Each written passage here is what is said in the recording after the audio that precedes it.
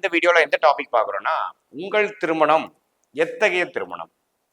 அதாவது காதல் திருமணமா அல்லது நிச்சயிக்கப்பட்ட திருமணமா?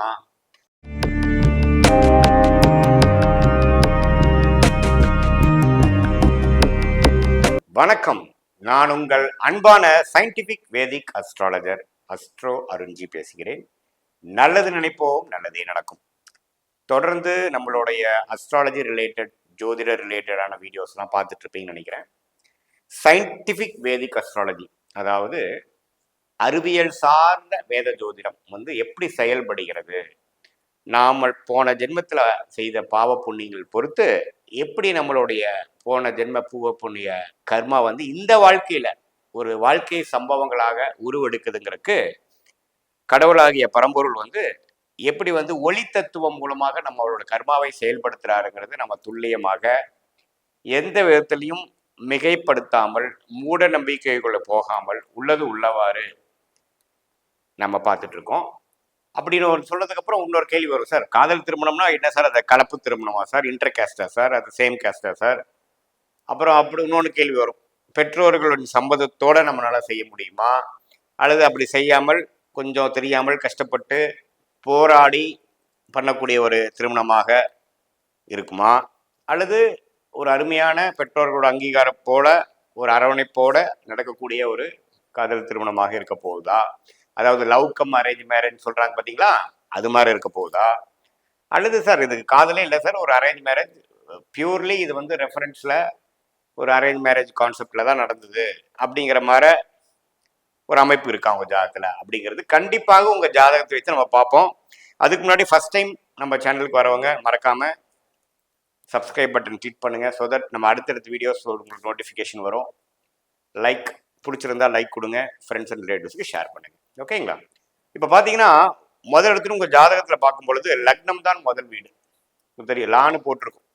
அந்த லக்னம் தான் முதல் வீடு. அதை வச்சு தான் உங்களுடைய பர்சனாலிட்டி ஆஃப் லக்னம், 2ஆம் வீடுங்கிற குடும்பஸ்தானம், 3ஆம் வீடுங்கிற தைரிய வீரியஸ்தானம், அப்படியே போய் 12ஆம் வீடுங்கிற அயன விரயஸ்தானம் நம்ம சொல்கிறோம். அதில் 7ஆம் இடம் என்று சொல்லப்படுகிற திருமணஸ்தானம் அப்படிங்கிறது ரொம்ப முக்கியம். 7ஆம் இடமே பார்த்தீங்கன்னா நீங்கள் வேலை விஷயமாவோ, தொழில் விஷயமாவோ, குடும்ப விஷயமாவோ, பர்சனல் அண்ட் ப்ரொஃபஷனலில் நீங்கள் யாரோட உங்கள் வாழ்க்கையை பங்கிட்டுக்க போகிறீங்க, யாரோட தொடர்பில் நீங்கள் இருக்க போகிறீங்க, யாரை டே டு டே ஆக்டிவிட்டீஸில் நீங்கள் மீட் பண்ண போகிறீங்க, யாரோட லாங் டேர்ம் கமிட்மெண்ட்டோட வாழ போகிறீங்க, அது எத்தகைய ஒரு பர்சன் அவங்க அப்படிங்கிறது காட்டக்கூடிய ஒரு பாவம் தான் 7ஆம் வீடு. அந்த 7ஆம் வீட்டில் பாவ கிரகம் என்று சொல்லப்படுகிற சனி, செவ்வாய், ராகு, கேது இருந்ததுன்னா கண்டிப்பாக நமக்கு ஒரு அந்நிய திருமணம், இது வரைக்கும் நமக்கு சொசைட்டியில் நம்ம சர்க்கிள் இல்லாமல் ஒரு அந்நியராக வேற ஒரு சர்க்கிள், வேற ஒரு ரிலீஜன், வேற ஒரு கேஸ்ட் இருக்கக்கூடிய அமைப்பு இருக்குன்னு தெரிஞ்சுக்கணும். பட் அதில் நிறைய விதிகள் இருக்குது, நல்லா செக் பண்ணிட்டு தான் நம்ம துல்லியமான பலன்கள் சொல்ல முடியும். 7ஆம் வீடுங்கிறது ரொம்ப இம்பார்ட்டண்ட்டுங்க. 7ஆம் வீட்டோட அதிபதி எப்படி இருக்காருங்கிறது ரொம்ப இம்பார்ட்டண்ட்டு. அப்புறம் சுக்கிரன்கிற ஒரு கிரகம் தான் பார்த்தீங்கன்னா இல்லற வாழ்க்கை, தாம்பத்திய சுகம், காதல், திருமணம் எல்லாத்தையும் கொடுக்கக்கூடிய ஒரு கிரகம் சுக்கிரன். அந்த சுக்கிரனுங்கிறது உங்க ஜாதகத்துல எப்படி இருக்கு? நட்போட இருக்கா, பகையோட இருக்கா, நீச்சமா இருக்கா, உச்சமா இருக்கா?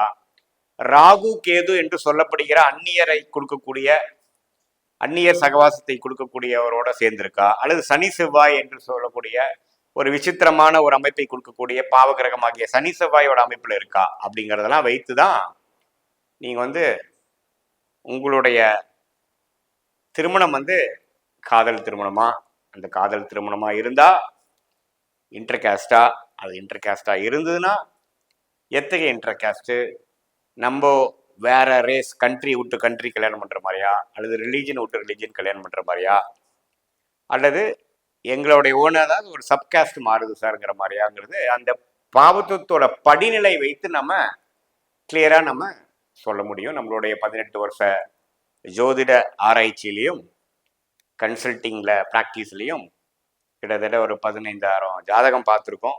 ஸோ அதில் வரக்கூடிய அமைப்புகள் எப்படி இருக்குங்கிறத பார்த்து நம்ம சொல்ல முடியும். இதில் நிறைய ஒரு நடைமுறையில் இருக்குது. என்னன்னு பார்த்தீங்கன்னா, 7ஆம் இடம் என்று சொல்லப்படுகிற திருமணஸ்தானத்தில் பாவகிரகங்கள் இருக்கும் பொழுது கலத்தர தோஷம்னு சொல்லிடுறாங்க.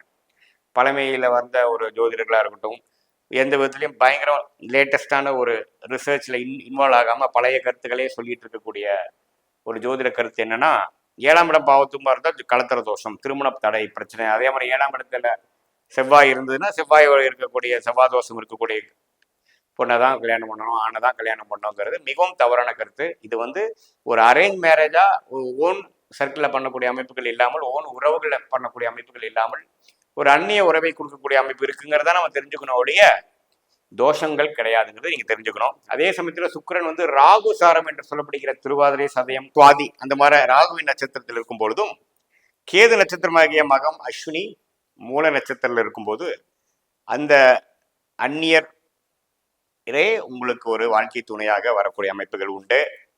அதே சமயத்துல என்னதான் சுக்கிரன் இது மாதிரி அமைப்புகள் இருந்தாலும் 7ஆம் வீடு குரு, பௌர்ணமி சந்திரன், சுக்கிரன், புதன்கிற ஒரு சுபகிரகத்தின் தாக்கத்தில் இருந்தாலும், பாவகிரகம் என்று சொல்லப்படுகிற சனி, செவ்வாய், ராகு தாக்கத்தில் இருந்தாலும் தசாபுக்திகள் கண்டிப்பா பார்க்கணும்.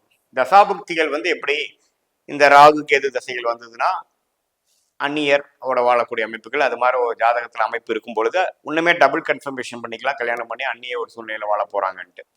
அது மாதிரி பல ஃபேக்டர்ஸ் பார்க்கணும்.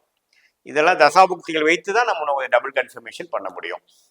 ஸோ அந்த திருமணம் நல்லா இருக்க போதா அல்லது அந்த திருமணம் பேடாக போதா, ஒரு காலகட்டத்தில் வந்து பிரச்சனையாக போதா அப்படிங்கிறதையும் நம்ம தசாபுக்திகள் வச்சும் மற்ற அம்சம் வச்சு பார்க்கலாம். அதே சமயத்தில் நிச்சயிக்கப்பட்ட திருமணமாக இருந்தால் சுபகிரகத்தின் தாக்கம் 7ஆம் இடத்துக்கும், சுக்கிரன் எந்த விதத்திலையும் சனி, செவ்வாய், ராகு இதோட சம்மந்தம் இல்லாமலும் இருக்கக்கூடிய அமைப்பு தான் நிச்சயிக்கப்பட்ட திருமணத்துக்கு அமைப்பு கொடுக்குதுங்க. சரி, காதல் திருமணம் ஆகும் பட்சத்தில் அப்பா அம்மாவோட சம்மதம் கிடைக்குமா கிடைக்காதா அப்படின்னு பார்க்கும் பொழுது, சூரியன் என்று சொல்லப்படுகிற கிரகம் தான் உங்க ஜாதகத்துல உங்களுடைய பித்ருக்காரகன் என்று சொல்லப்படுகிற உங்க அப்பாவை குறிக்கக்கூடிய, தகப்பனார் வழியை குறிக்கக்கூடிய ஒரு கிரகம்.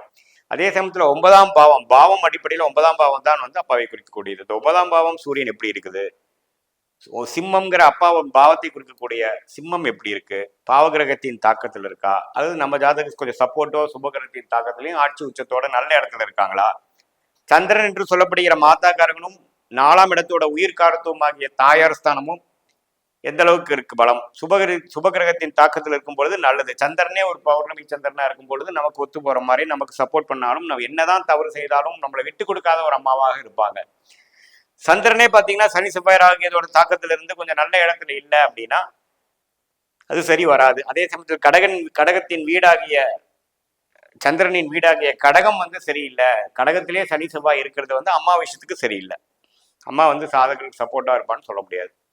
ஸோ அப்படி இருக்கக்கூடிய சந்திரன், சூரியன், 9ஆம் பாவம், 4ஆம் பாவம், கடகம், சிம்மம் இது மாதிரி பல விஷயங்களை பார்த்து அது வந்து தந்தையார், பெற்றோர், தாயாரோட அரவணைப்போட நடக்கக்கூடிய காதல் திருமணமா, ஃபியூச்சர் எப்படி இருக்குங்கிறதெல்லாம் எல்லாம் தீர ஆராய்ஞ்சு நம்ம சொல்லலாம். ஒன் வேர்ட் ஆன்சர் கிடையாது இல்லைங்க. ஸோ எல்லாத்தையும் அனலைஸ் பண்ணி 3-4 ஃபேக்டர்லாம் பார்த்து தான் நம்ம சொல்லக்கூடிய அமைப்பு தான் ஜாதகம், ஜோஷியங்கிறது. எதுவுமே இந்த இடத்துல இது இருந்தால் இதான் ஆன்சர்னு சொல்ல முடியாது. ஏன்னா 12 கட்டங்கள் இருக்கு, 12 ராசிகள் இருக்கு, 27 நட்சத்திரங்கள் இருக்கு, 9 கிரகங்கள் இருக்கு. எல்லாத்தையுமே நாம ஒரு கலப்பா கம்ப்யூட்டேஷன்ஸ் அண்ட் பெர்முடேஷன்ஸா பார்த்து ஒன்னொன்னுலையும் எப்படி இருந்தால் எப்படிங்கிறது நம்ம அனுபவத்தை யூஸ் பண்ணி ரிசர்ச் பண்ணி நான் அதுக்கு வேணுங்கிற ஒர்க்கை நம்ம ஸ்பெண்ட் பண்ணி டைமை ஸ்பெண்ட் பண்ணி துல்லியமாக நம்ம பார்க்கும்பொழுது தான் துல்லியமான பலன்கள் சொல்லி அதுக்கு தகுந்த மாதிரி ஒரு நல்ல முடிவு எடுத்து வாழ்க்கையை வாழக்கூடிய அமைப்பு இருக்கு. இந்த வீடியோ ஓரளவுக்கு உங்களுக்கு புரிஞ்சிருக்கும்னு நினைக்கிறேன். ஒரு திருமண ஸ்தானம் எப்படி அமையுதுங்கிற விஷயத்துக்கு என்னென்ன பார்க்கணுங்கிறது ஓரளவுக்கு பார்க்கலாம். இன்னுமே டீப்பாக போனால் இன்னும் லாங்காக போகும், உங்களுக்கு வந்து போரிங்காக இருக்குங்கிறதுக்காக ஒரு ஷார்ட் சம்மரியாக உங்களுக்கு சொல்கிறேன். ஓரளவுக்கு உங்களுக்கு ஒரு நாலேஜ் பாயிண்ட் ஆஃப் வியூவில் உங்களுக்கு உதவியாக இருக்கும்னு நினைக்கிறேன்.